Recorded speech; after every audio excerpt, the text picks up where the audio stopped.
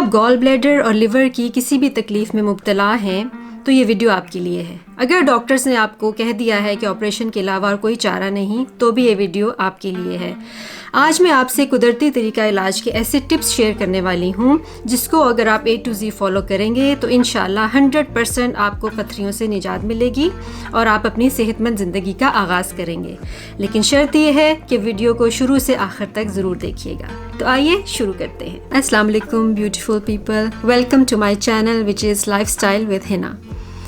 आज हम डिस्कस करेंगे कि हमने अपने लिवर का और गॉल ब्लैडर का ख्याल किस तरह रखना है। ख़ास तौर पे अगर आपको डॉक्टर्स ने बताया है कि आपके गॉल ब्लैडर में पथरियां हैं, स्टोन्स हैं और आपको शदीद किस्म की तकलीफ़ होती है और किसी भी दवाई से कोई चारा नज़र नहीं आता, तो ये वीडियो आपके लिए है। मेरा ये वीडियो बनाने का मकसद ये था कि मैं बहुत से ऐसे लोगों को पर्सनली जानती हूँ जो इस तकलीफ़ में मुब्तला रहे हैं और उनके पास ऑपरेशन के अलावा और कोई चारा नहीं था। Eventually they got it operated. और मुझे ख़ुद भी ये तकलीफ़ हुई थी 4-5 साल पहले तो मुझे समझ ही नहीं आई कि ये तकलीफ़ कहाँ से ओरिजिनेट हो रही है। हर किस्म के स्कैन्स करवा लिए, MRI करवा लिए। इवेंचुअली पता चला कि ये मेरे गॉल ब्लैडर में कुछ स्टोन्स थे और कुछ स्लज था। तो उससे मुझे समझ आई कि अच्छा, ये जो तकलीफ़ है वहाँ से ओरिजिनेट हो रही है। तो जैसा कि आप सब जानते हैं कि डॉक्टर्स के पास ऑपरेशन के अलावा कोई इलाज नहीं होता, तो मुझे भी यही सजेस्ट किया गया था कि आप ऑपरेशन करा लो। लेकिन समथिंग टोल्ड मी कि नहीं, there has to be a way out.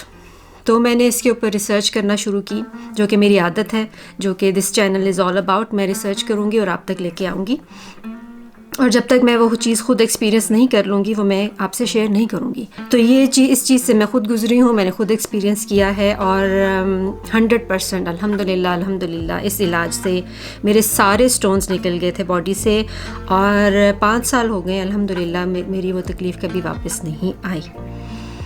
तो आज मैं आपको बताऊँगी कि ये कौन सा तरीका इलाज है।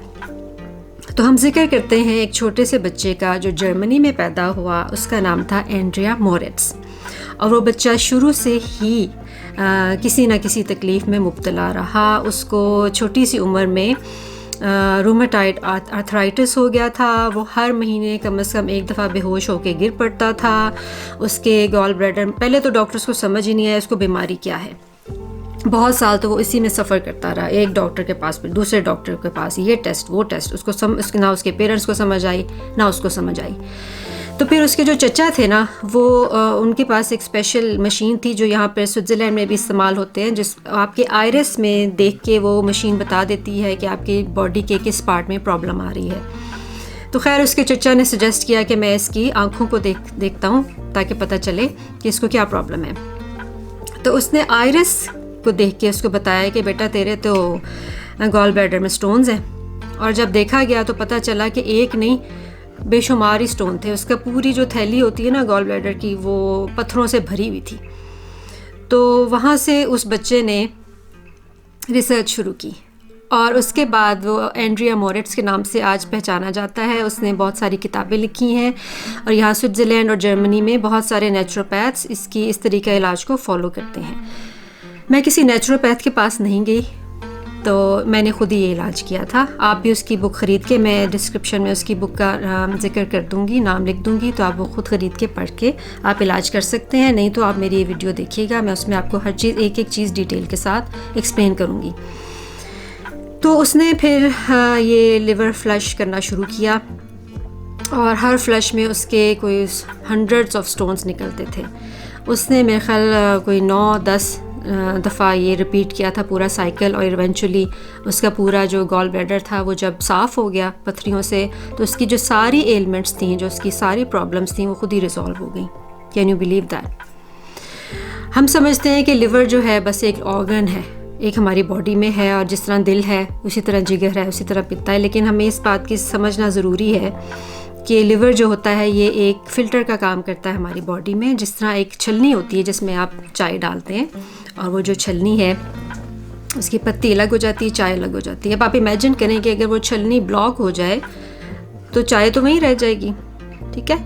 इस तरह अगर जब हमारा लिवर ब्लॉक हो जाता है तो हमारे कोई भी एंजाइम्स नहीं बनाता, हमारे सारे हार्मोन्स डिस्टर्ब हो जाते हैं, और जो सारे टॉक्सिन्स हमारी बॉडी बनाती है वो या तो हमारे ब्लड में ही फिरते रहते हैं टॉक्सिन्स, वो डिटॉक्स नहीं होते, या वो हमारे जिगर में जाके फंस जाते हैं और वो फिर स्टोन्स बन जाते हैं गॉल ब्लैडर के।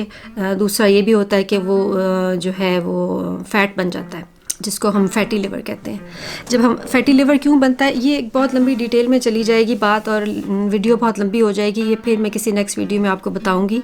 इन शॉर्ट मैं आपको ये बताना चाह रही हूँ कि अगर आपका लिवर ब्लॉक हो गया है और उसके जो बाइल्स जो बनाता है लिवर, उसको निकलने की जगह नहीं मिल रही, तो फिर वो जाहिर है वो स्टोन बन जाएंगे। तो आपको कैसे पता चलेगा कि आपकी लिवर की प्रॉब्लम है? हमारी बॉडी हमें इंडिकेशंस देती है, छोटे छोटे हिंट्स देती है, जिसको हम इग्नोर करते रहते हैं सारी ज़िंदगी। फॉर एग्जांपल, अगर आपको कॉन्स्टिपेशन है, इसका मतलब है कि आपका इनफ बाइल नहीं बन रहा, जो आपका गॉल ब्लैडर है बाइल नहीं बना रहा। इसका मतलब है कि आपके लिवर के साथ कोई प्रॉब्लम है, कोई कंजेशन हुई हुई है लिवर में। इसके अलावा अगर हमारी आइज़ का कोई प्रॉब्लम है, हमें ये बात भी किसी को नहीं, शायद आपको आज तक किसी ने नहीं बताई होगी, जो कैटरेक्ट है या मैक्यूलर डिजेनरेशन जो हो जाती है बुज़ुर्गों में, वो भी लिवर कंजेशन की वजह से होती है। अगर आपका हाई ब्लड प्रेशर है आपको, वो भी लिवर कंजेशन की वजह से होता है। अगर आपको डायबिटीज़ हो गई है तो भी वो लिवर कंजेशन की वजह से होता है। So everything originates from liver. Every disease, सारी बीमारियां लिवर से ही शुरू होती हैं और सारी बीमारियां लिवर से ही ठीक होती हैं, हत्ता के कैंसर भी। ये एंड्रिया मॉरिट्स ने अपनी किताब में एक औरत का जिक्र किया है जिसको ब्रेस्ट कैंसर हो गया था, और उसने जो हमारा आम तरीका इलाज होता है वो बेचारी वो कराती रही, लेकिन उसका कैंसर बढ़ता जा रहा था। जब वो इनके पास आई इलाज के लिए, तो इन्होंने उसको ये जो लिवर फ्लश है इसके बारे में बताया। तो उसने पता नहीं थाउजेंड्स ऑफ स्टोन्स निकले हैं उसके गॉल ब्लैडर से, और जब वो सारे उसके जब स्टोन्स बॉडी से निकल गए तो उसका कैंसर भी ठीक हो गया था। Can you believe that? तो मैं इसके बारे में एक और वीडियो बनाऊंगी जिसमें मैं डिटेल से बताऊंगी कि लिवर एंजाइम्स क्या होते हैं, वो कैसे काम करते हैं, और हमारे बॉडी कैंसर के सेल्स बनाने क्यों शुरू करती है। ये भी एक बड़ी इंटरेस्टिंग डिबेट है। हम कैंसर को बुरा समझते हैं, लेकिन क्या आपको इस फैक्ट का पता है कि कैंसर हमारे जिस्म में हमें बचाने के लिए आता है? जी।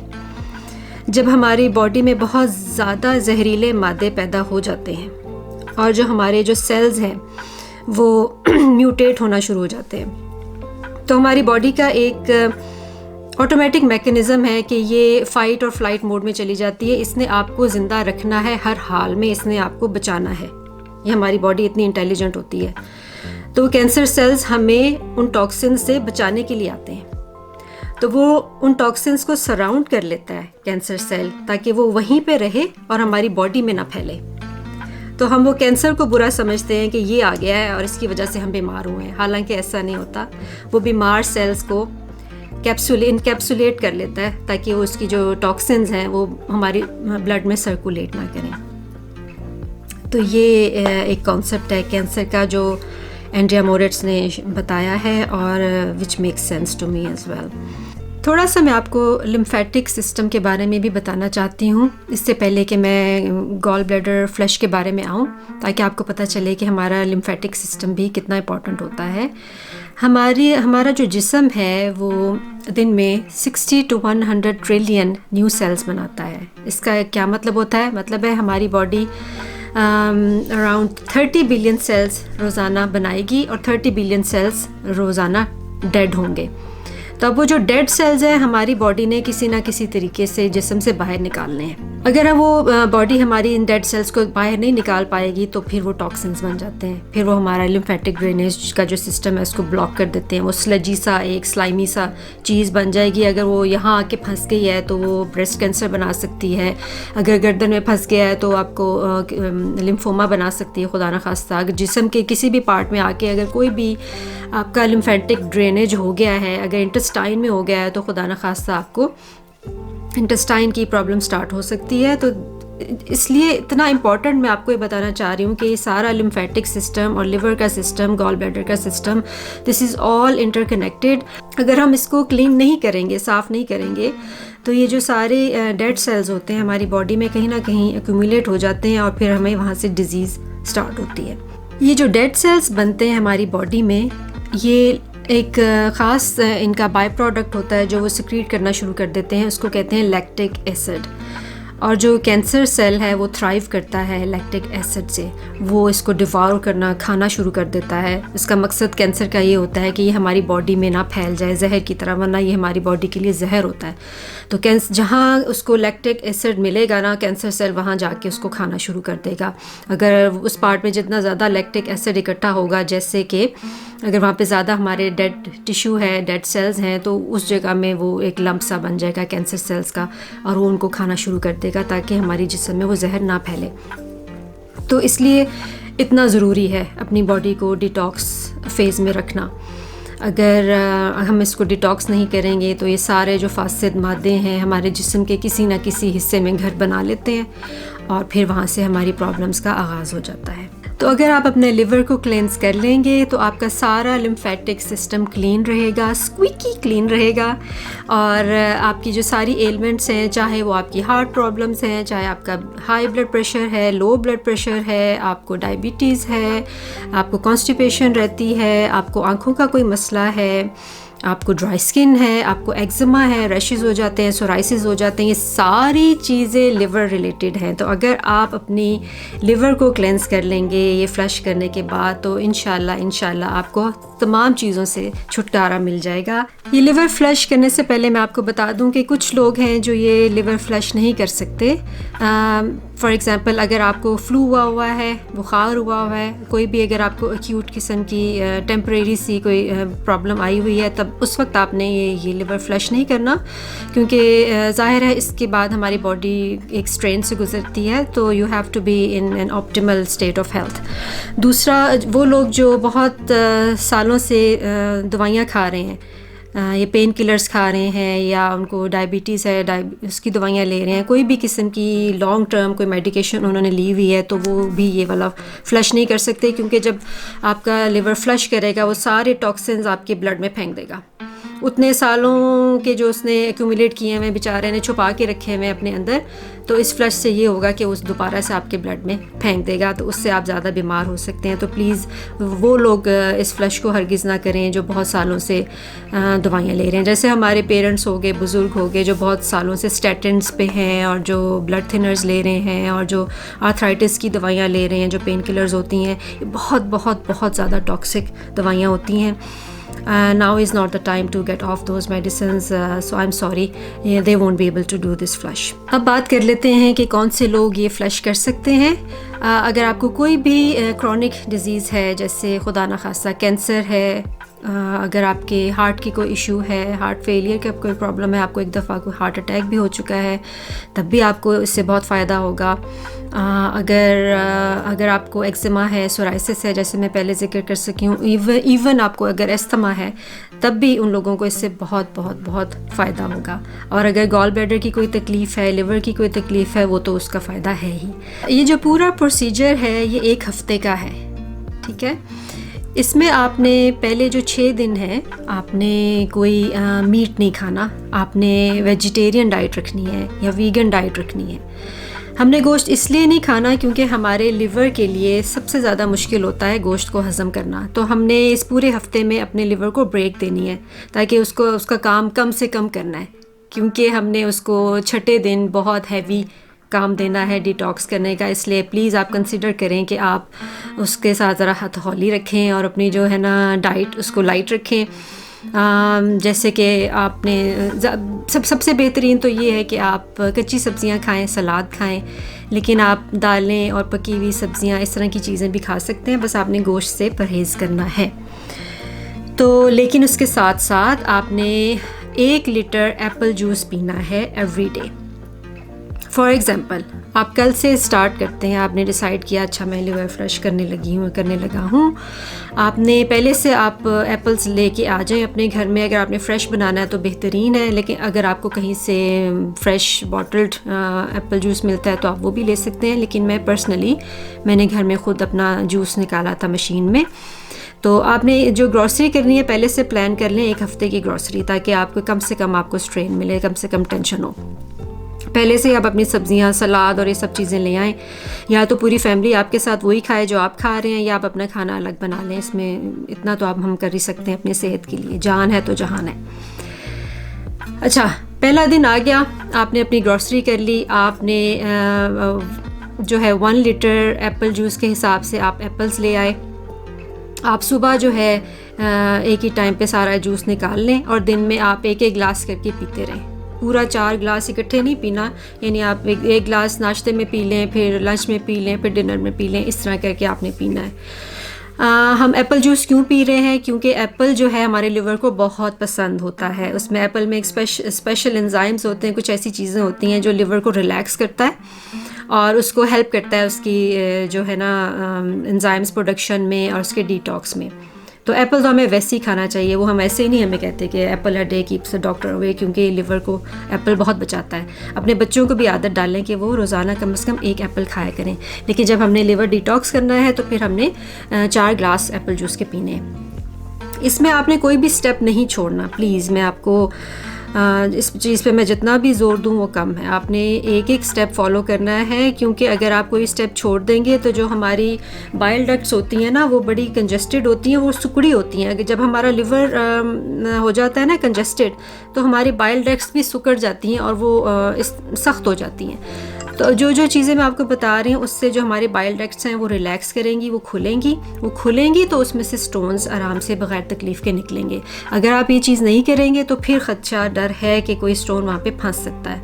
बहुत से लोगों को मैंने ऐसे भी इंटरनेट पे देखा है कि जो वो इस लिवर फ्लश के अगेंस्ट हैं, क्योंकि उन्होंने सही तरीका फॉलो नहीं किया। वो क्या करते हैं कि एक ही रात में उन्होंने कहा कि चलो जी ऑलिव ऑयल पी लिया तो अगली सुबह जो सारा काम तमाम हो जाएगा। वो ये नहीं होता, वो अच्छे खासी मुसीबत में फंस जाते हैं, क्योंकि हमने पहले बाइल डक्ट्स को खोलना है। तो ये जो है एप्पल जूस वो ये काम करेगा। छठा दिन हमारा सबसे इम्पॉर्टेंट होता है। अब हम आ गए हैं 6th डे पे। 6th डे पे आ जाता है हमारा भाई एप्सम सॉल्ट। एप्सम सॉल्ट आपने कितना लेना है आप ये लिख लीजिए। टोटल एप्सम सॉल्ट की आपकी क्वांटिटी होगी 60 ग्राम्स। 4 गिलास आपने पानी लेना है। उस 60 ग्राम एप्सम सॉल्ट को आपने पानी में घोल के उसमें लेमन जूस डाल लें या कोई भी सिट्रस आपको पसंद है वो डाल के आपने फ्रिज में रख देना ठंडा होने के लिए। हमने ठंडा इसको इसलिए करना है क्योंकि पीने में आसानी होती है, वरना एप्सम सॉल्ट काफ़ी कसैला होता है। एप्सम सॉल्ट जो होता है मैग्नीशियम होता है। इसका अगेन वही कॉन्सेप्ट है इसका कि जो हमारे बाइल डक्ट्स हैं उसको खोल देगा, तमाम नालियों को रिलैक्स करेगा, खोल देगा, ताकि जो भी स्टोन्स हमारा लिवर फेंके वो आराम से निकल जाए। दूसरा आपने लेना है ऑलिव ऑयल और आपने लेना है ग्रेप फ्रूट जूस। अब इसकी क्वांटिटी मैं आपको बताती हूँ कि कितनी होनी चाहिए। ऑलिव ऑयल की क्वांटिटी आपने लेनी है 125 ml और ग्रेप फ्रूट जूस भी आपने लेना है 125 ml। जितना ऑलिव ऑयल होगा उतना ही जूस होगा। अगर आपको ग्रेप फ्रूट नहीं पसंद तो आप कोई भी सिट्रस कुछ दूसरा जूस ले सकते हैं। आप ऑरेंज का जूस ले सकते हैं, आप लेमन जूस ले सकते हैं। मैंने ग्रेप फ्रूट के साथ किया था। आपने उसको एक जार में डाल लेना है, ऑलिव ऑयल को भी और जूस को भी, और उसको ऐसे शेक करना है जब आपने पीना है। वो मैं सारा आपको करके दिखाऊंगी ताकि आपको विजुअली भी आपको पता हो कि आपने क्या करना है। अभी मैं थोड़ी सी आपको डिटेल्स दे दूँ कि क्या क्या चाहिए। अच्छा, ये हो गया एप्सम सॉल्ट हो गया, ग्रेप फ्रूट जूस हो गया, ऑलिव ऑयल हो गया।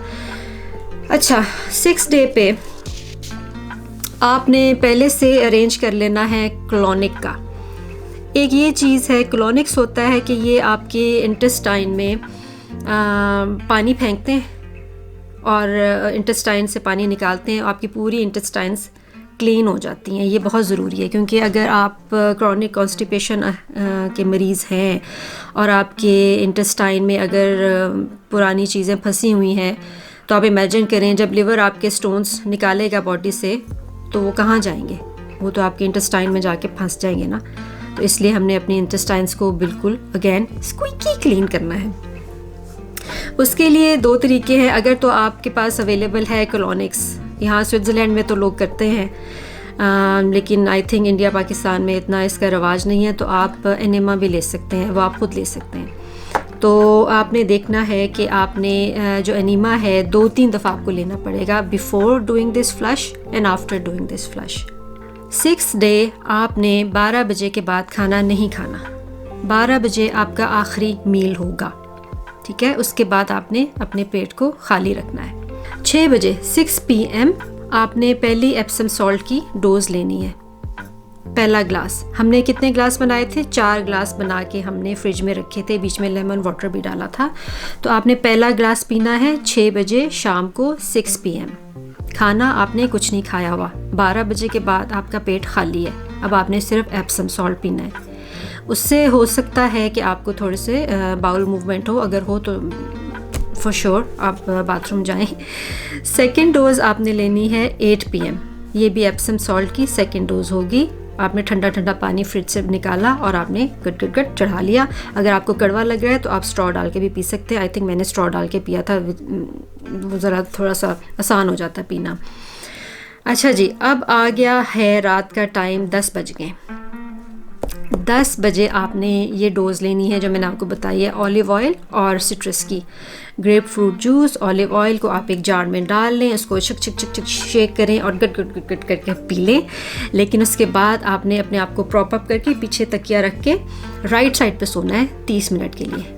हमारा लिवर हमारी बॉडी के राइट साइड पे होता है और हमने इसलिए उसको थोड़ा सा क्या कहते हैं, आराम पहुंचाने के लिए या उसके लिए काम को आसान करने के लिए हमने राइट साइड पे टर्न करके सोना होता है, ताकि उसके लिए डिटॉक्स करना आसान हो जाए। एक और मैं आपको थोड़ा सा इन्फॉर्मेशन देती चलूँ कि रात के 10 बजे हमारा लिवर डिटॉक्स करना स्टार्ट हो जाता है। तो अगर हम जो लोग रात को देर तक जागने के आदी होते हैं तो इसलिए वहाँ से उनकी हेल्थ प्रॉब्लम स्टार्ट होती हैं, क्योंकि हम लिवर को डिटॉक्स होने का टाइम नहीं देते। डिटॉक्स के टाइम पे हम निहारियाँ खा रहे होते हैं और हलवे खा रहे होते हैं और साथ साथ मूवीज़ चल रही होती हैं और खाने चल रहे होते हैं। इस वजह से हमारा लिवर क्लॉग हो जाता है। वो कहता है भाई सारा दिन मैं तेरे लिए काम करता रहूँ, 10 बजे के बाद मुझे माफ़ कर दे, मैंने सोना है, मैंने अपना डिटॉक्स करना है। लेकिन नहीं, हमने तो खाना है, हमने तो 24 घंटे खाना है, जब तक हम सो नहीं जाते हमने खाना होता है। तो इसलिए हमारी जो है सेहत ख़राब होती है। तो एनीवे बात कहीं और चलेगी। तो आपने 10 बजे ऑयल घटाघट चढ़ा के आप लेट गए, तो हो सकता है आपको थोड़ा सा फील हो कि आपका लिवर ऐसे ऐसे फड़फड़ा रहा है। तो आपने घबराना नहीं है, वो एकदम ऐसे फ्लश कर रहा है आपके जो स्टोन्स हैं, आपके जो क्लॉग्ड चीज़ें हैं, जो भी आपका गंद बला है वो उसको फ्लश आउट कर रहा है, उसको वो करने दें। आपने रिलैक्स रहना है, आपने पैनिक नहीं करना। अगर नींद आती है तो सो जाएं, कोशिश करें कि सो जाएं। 2 ग्लास हमने पिए थे उसके एप्सम सॉल्ट के, और थर्ड हमारा था ये ऑयल वाला। अब आपने अलार्म लगा लेना है सुबह 6 बजे का। 6 बजे आपने उठना है और आपने फिर एप्सम सॉल्ट पीना है 6 AM, ठीक है।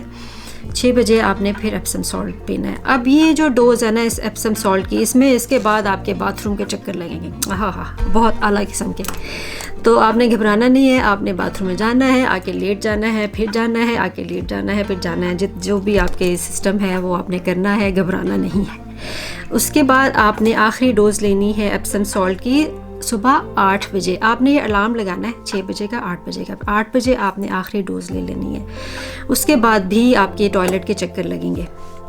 तो आप नोट करेंगे कि करना भी चाहिए कि टॉयलेट में अगर आप देखना चाहते हैं तो आपको नज़र आ जाएगा कि क्या क्या निकला है आपके अंदर से। लेकिन फॉर श्योर आपको ग्रीन कलर के कुछ पैलेट्स, कुछ चीज़ें नज़र आएंगी। वो आप खुश होने का मकाम होगा आपके लिए कि इसका मतलब है कि आपके गॉल स्टोन्स निकल गए हैं।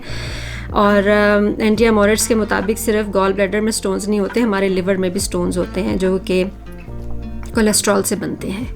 तो आपका लिवर के भी स्टोन्स निकलेंगे, आपके गॉल ब्लैडर के भी स्टोन्स निकलेंगे और आपका लिवर बहुत हैप्पी हो जाएगा। लेकिन हो सकता है कि आप थोड़े से डिज़ी हो जाएं क्योंकि आपके बाथरूम के बहुत ज़्यादा चक्कर लगे थे। तो कोशिश करें कि आप ये अकेले मत करें, आपके साथ कोई ना कोई हो, ताकि अगर आप बेहोश हो जाएं बाथरूम में तो आपको कोई उठाने वाला हो।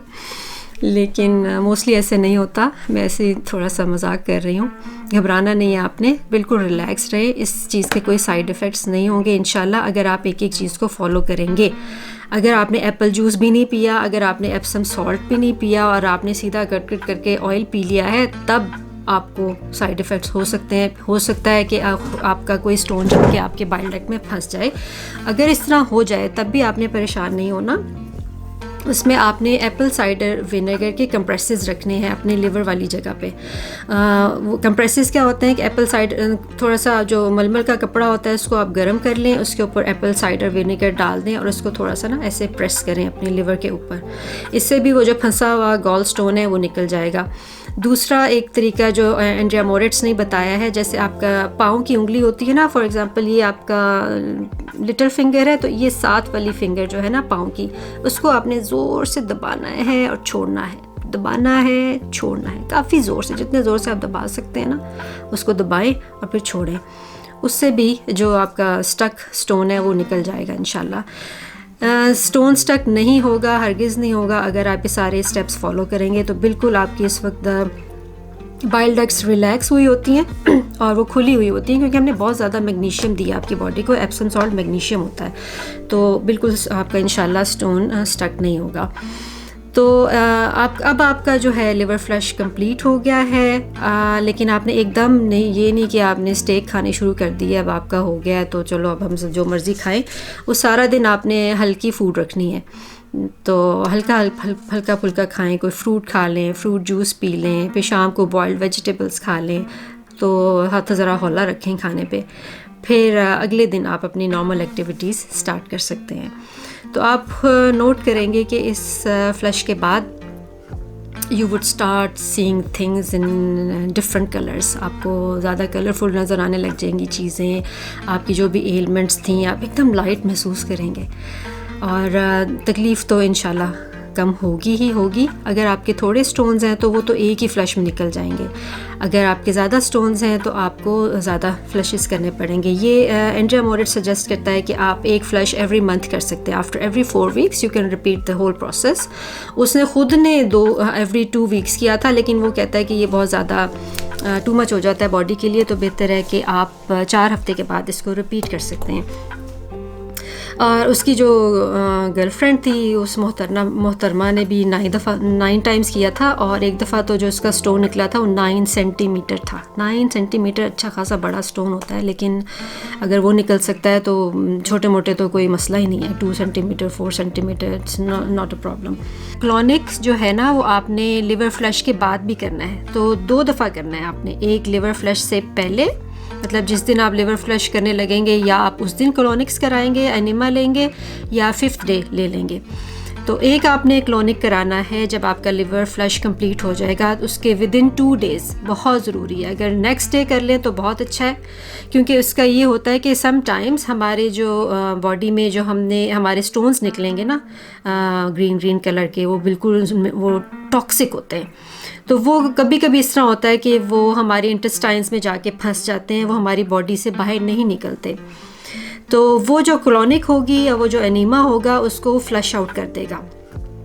उन स्टोन्स का बॉडी से निकलना बहुत ज़रूरी है। आप इमेजिन करें कि वो छोटे छोटे कैप्सूल्स हैं फुल ऑफ टॉक्सिन्स, तो अगर वो हम उसको बॉडी से नहीं निकालेंगे ना, तो 2 या 3 दिन के बाद हमारी बॉडी ऑटोमेटिकली उसको डिज़ोल्व कर देती है हमारी इंटेस्टाइन के अंदर। तो डिज़ोल्व करने का क्या मतलब है कि वो दोबारा से हमारे ब्लड स्ट्रीम में चला गया है वो टॉक्सिन। वो इतनी मेहनत से जो हमने उस मनहूस को अपनी बॉडी से बाहर निकाला था, तो वो जो मनहूस है ना वो दोबारा हमारे लिवर में चला जाएगा और दोबारा से वो हमारा लिवर को क्लॉग करेगा और हमारी बाइल डक्ट को क्लॉग करेगा। तो ये बहुत ज़रूरी है, बहुत इम्पॉर्टेंट है कि आपने 2 दफ़ा ये काम करना है। I know it's not very pleasant but so is being sick, you know. तो ये सारा थोड़ा सा अनप्लेजेंट एक्सपीरियंस होगा, लेकिन आप ये सोच के कर लें दिल पर पत्थर रख के कि बीमार होने से बेहतर है चलो बंदा थोड़ी सी बिस्ती करा ले। तो आप या तो क्लोनिक्स ले लें या आप एनीमा। अगर आप एनीमा लेंगे तो आपने 2 या 3 राउंड्स करने हैं। 2 या 3 rounds of enema is equal to 1 colonic, ठीक है। तो बिफोर एंड आफ्टर 2 क्लोनिक्स आपने ज़रूर कराने हैं। ये मैं चाहती थी कि मैं आपसे शेयर करूं। एक बहुत इम्पॉर्टेंट, मेरा नहीं ख्याल कि पाकिस्तान में आज तक किसी ने ये वीडियो इस बारे में बनाई होगी। पाकिस्तान में आई डोंट थिंक किसी को इसके बारे में पता भी है। तो अब मेरी वीडियो देखने के बाद अगर कोई बना ले तो बना ले, लेकिन आई एम श्योर कि this is the first time कि it's going on the YouTube. India में मैं कुछ नेचुरोपैथ्स को जानती हूँ जो ये फॉलो करते हैं, उनके बहुत से लोगों को फ़ायदा भी हुआ है। और इतनी डिटेल्ड वीडियो मुझे नहीं नज़र आई यूट्यूब पे जितनी मैंने बनाई है। मैं इससे भी ज़्यादा डिटेल बना सकती थी, लेकिन फिर वो बहुत लंबी हो जाएगी। अगर आप इसको ज़रा फास्ट करके भी देख सकते हैं। तो प्लीज़ अपने जब आप ये करेंगे तो आप कमेंट्स ज़रूर कीजिएगा और मुझे बताइएगा कि आपको क्या फ़ायदा हुआ और आपके कितने स्टोन्स निकले। और मज़ीद अगर आपने मुझसे कुछ सवाल पूछने हैं तो आप अपने कमेंट्स में वो सवाल पूछ सकते हैं, मैं इंशाल्लाह उन सब का जवाब दूँगी। तो बस आप रिलैक्स्ड रहें और जस्ट ट्रस्ट द प्रोसेस। इंशाल्लाह आपके स्टोन्स आराम से निकल जाएंगे, कोई परेशानी की बात नहीं। अगर आप डॉक्टर से पूछेंगे तो जाहिर है वो आपको डराएंगे, वो उनका काम है डराना, क्योंकि उन्होंने और कुछ सीखा नहीं है। तो लेकिन मैंने तो कर लिया था, because I had faith in my body, I had faith in the process, और इट वाज़ वेरी इजी। मुझे कोई प्रॉब्लम नहीं हुई थी अल्हम्दुलिल्लाह। वैसे अब ड्यू है, मुझे दोबारा भी करना चाहिए, क्योंकि हमारी बॉडी में स्लजेस बनते रहते हैं, टॉक्सिन्स बनते रहते हैं। हमारी आइडियल लाइफस्टाइल तो होता नहीं है, तो हमें ये डिटॉक्सिस करते रहना चाहिए। Every 6 months I would recommend, if not every month. तो मैं भी कोशिश करूँगी इसको दोबारा करने की। तो चलें फिर मिलते हैं नेक्स्ट वीडियो तक, और if you like my video please subscribe. Okay bye. अच्छा जी, अब मैं आपको बताती हूँ कि आपने एप्सम सॉल्ट वाला पानी किस तरह बनाना है। ये है एप्सम सॉल्ट, एक ये कंपनी का मैंने लिया है और एक इस कंपनी का लिया है, कोई सा आप ले लें।